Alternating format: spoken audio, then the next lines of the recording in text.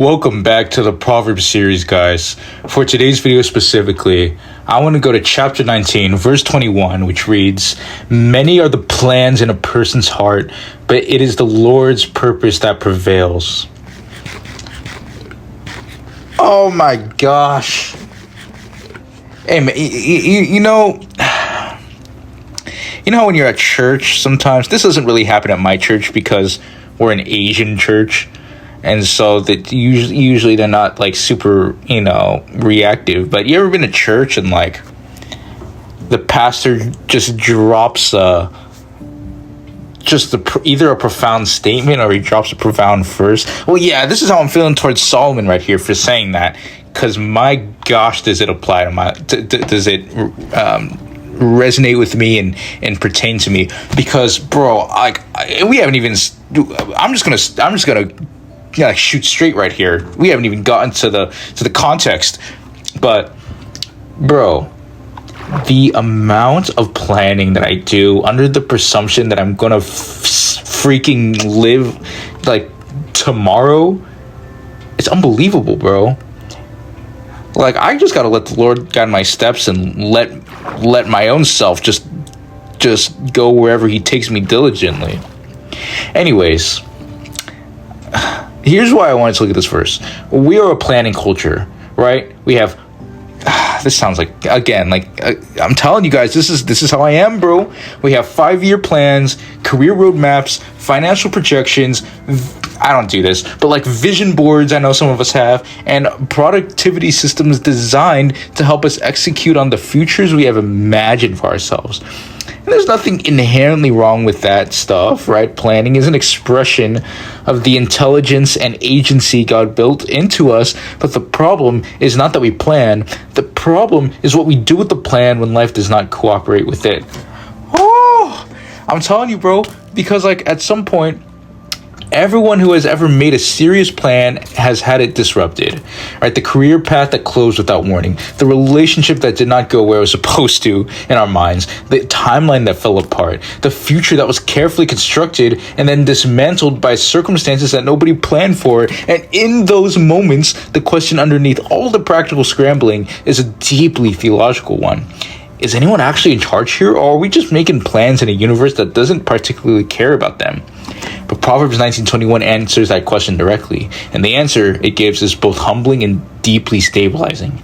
Many are the plans, but it is the Lord's purpose that prevails. So let's break down the verse here. Many are the plans in a person's heart, right? Solomon opens up with an observation rather than a condemnation. He does not say many are the foolish plans, or many are the selfish plans, or many are the plans that ought not to be made. Just many are the plans, right? And the planning itself is acknowledged as a simply human reality without being immediately criticized. In fact, the word plans here is the Hebrew word machashavot, which encompasses thoughts, purposes, designs, and the full range of intentional mental activity directed towards a future outcome. For context, Proverbs was written by Solomon, and it was written in Hebrew, so that's why we have to kind of use original language here. But anyways, it's basically the word for deliberate, reasoned planning rather than impulsive, wishful thinking.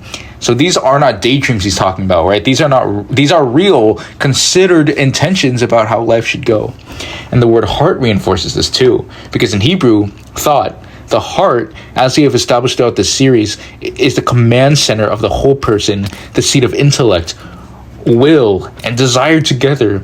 So plans made in the heart are not casual, they are deeply held. They reflect what we actually want, what we're actually working towards, and what we have invested genuine mental and emotional energy in building toward. And so the first half of the verse is actually quite generous towards human planning, right? It acknowledges the reality and the legitimacy of the human impulses to construct futures, to set directions, to pursue goals, right? And so planning is not presented as arrogance or faithlessness in the verse. It's simply presented as what human beings do, and they do a lot of it. And Proverbs actually affirms intentional planning in multiple places elsewhere throughout the book, right? Like in Proverbs 21:5 says the plans of the diligent lead surely to abundance. Right? Proverbs 15:22 says, without counsel plans fail, but with many advisors they succeed. Right? The book of Proverbs is not anti-planning, but it is anti-planning that has forgotten something crucial about the nature of the world we are living in. Okay? Next thing, but it is the Lord's purpose that prevails.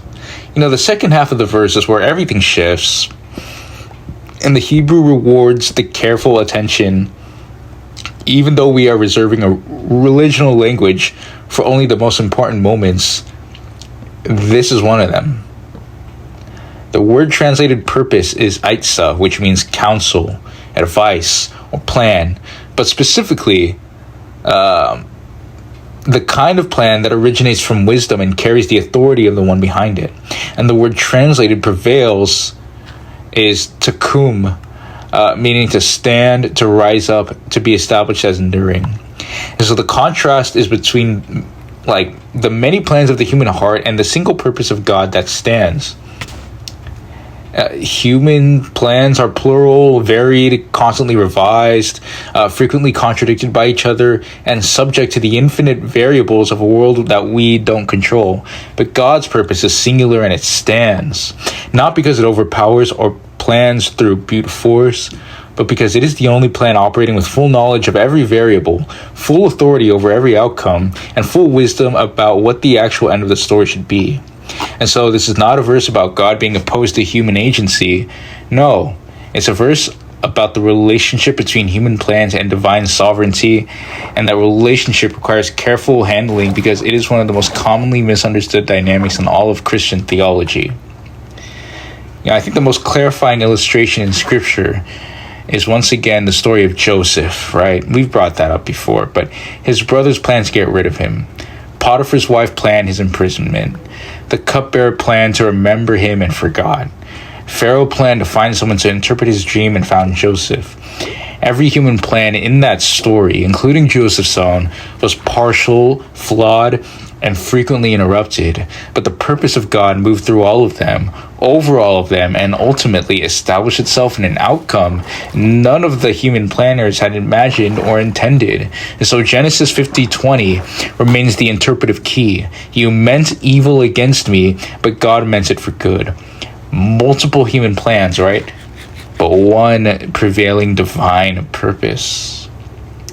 Proverbs 16:9, few chapters ago now, is the companion verse that most directly parallels Proverbs 19:21, and it's worth placing alongside it.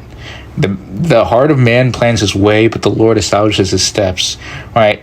The planning belongs to the human. The establishing, though, belongs to God. And these are not in opposition. They are two different levels of the same reality operating simultaneously. We genuinely plan, and God genuinely establishes. And the establishing does not nullify the planning. It superintends it, directing it toward ends that the planner may not have foreseen. Isaiah 46:10 gives us the widest possible view of this principle. It says, declaring the end from the beginning and from ancient times, things not yet have done, said, my counsel shall stand, and I will accomplish all my purpose. God's counsel standing and his purpose being accomplished is not a recent development in the biblical story. It is the character of the one who sees the end from the beginning, who operates outside the constraints of time that make human planning inherently limited, and whose plans therefore cannot be ultimately disrupted by anything else that happens with time. And I also feel like, I won't make this tangent too long, but I also feel like, at least for myself, I severely, almost tragically,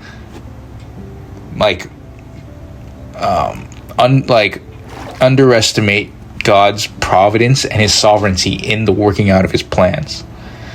Bro, I'll be pissed off for a little bit if some stuff doesn't go my way, and then I get exasperated no, because I'm the one with the limited understanding. You know what I mean?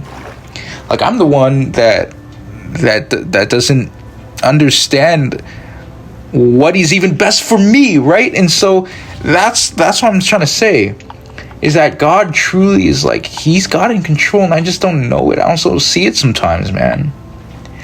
And I love how in the New Testament, this specific Christ-oriented focus gets even deeper, right? Because in Ephesians 1:11, Paul describes God as the one who works all things according to the counsel of his will.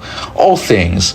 Not the things that go according to plan, but all things, including the disruptions, the failures, the unexpected turns, and the plans that did not survive contact with reality.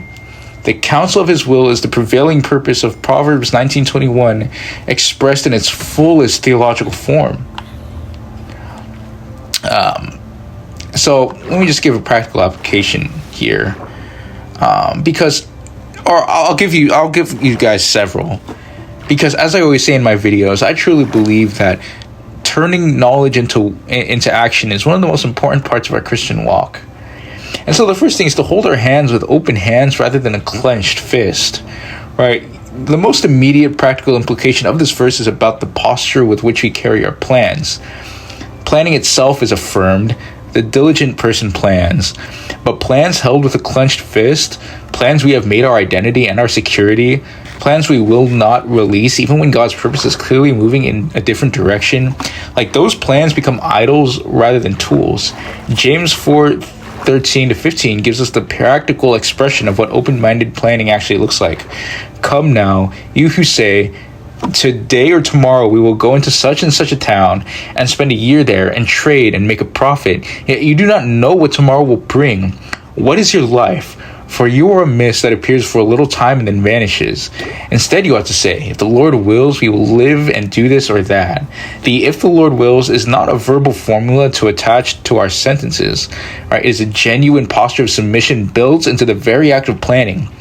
We plan, we pursue, and we hold the outcome loosely enough that when God's purpose prevails differently than we expected, we can receive that redirection as wisdom rather than resist it as a failure.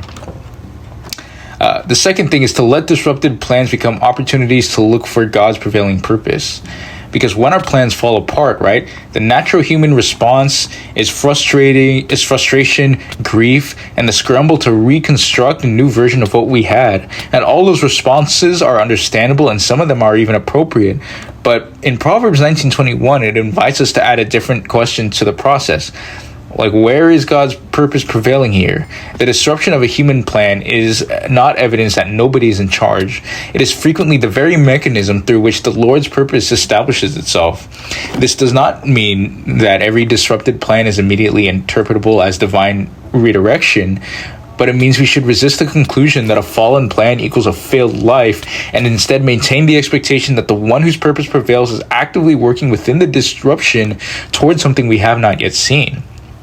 And the third thing is to plan diligently while praying submissively, because the practical synthesis of what Proverbs 19:21 asks of us is not passivity disguised as faith. It's not the decision to stop planning because God will do what he wants anyways. No, because that would misread the verse entirely. Solomon is not telling us to abandon the planning column of our lives. He is instead telling us to maintain a right understanding of the relationship between our planning and God's purpose.